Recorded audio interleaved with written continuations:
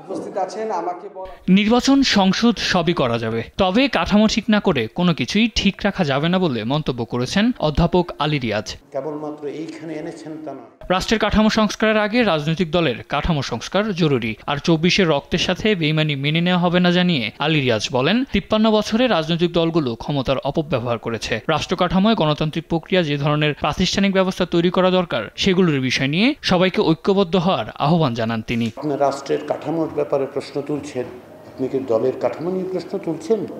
জবাবদিহিতার ব্যবস্থা আপনি রাষ্ট্রের কাছে আমি চাইব, কিন্তু আমার দলের কাছে আমি চাইব না, কারণ ওইটাকে বলে পলিটিক্যাল কালচার।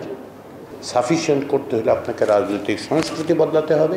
শনিবার ঢাকা রিপোর্টার্স ইউনিটিতে ছাত্র শ্রমিক জনতার গণ অভ্যুত্থানের বর্ষপূর্তি বাংলাদেশের গণতান্ত্রিক অভিযাত্রা শীর্ষক আলোচনা সভায় একই মঞ্চে উঠে বিএনপি, এবি পার্টি সহ বাম ঘরানার দলগুলো। এ সময় সংস্কার, গণতন্ত্র ও জনমুক্তি নিয়ে শঙ্কা প্রকাশ করেন বক্তারা।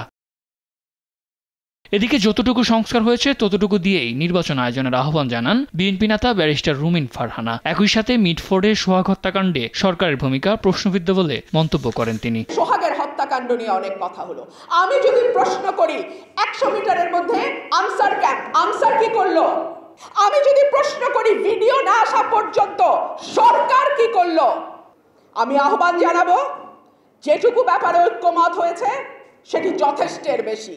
আর সাময়িক ঘটনায় এবি পার্টির চেয়ারম্যান বলেন, আমরা আর যা করি আওয়ামী জাহিলিয়াতকে যেন ছাড়িয়ে না যাই, তা না হলে বারবার রক্ত দিয়ে ঐক্যমত কমিশন গঠন করে কোনো সমস্যার সমাধান হবে না।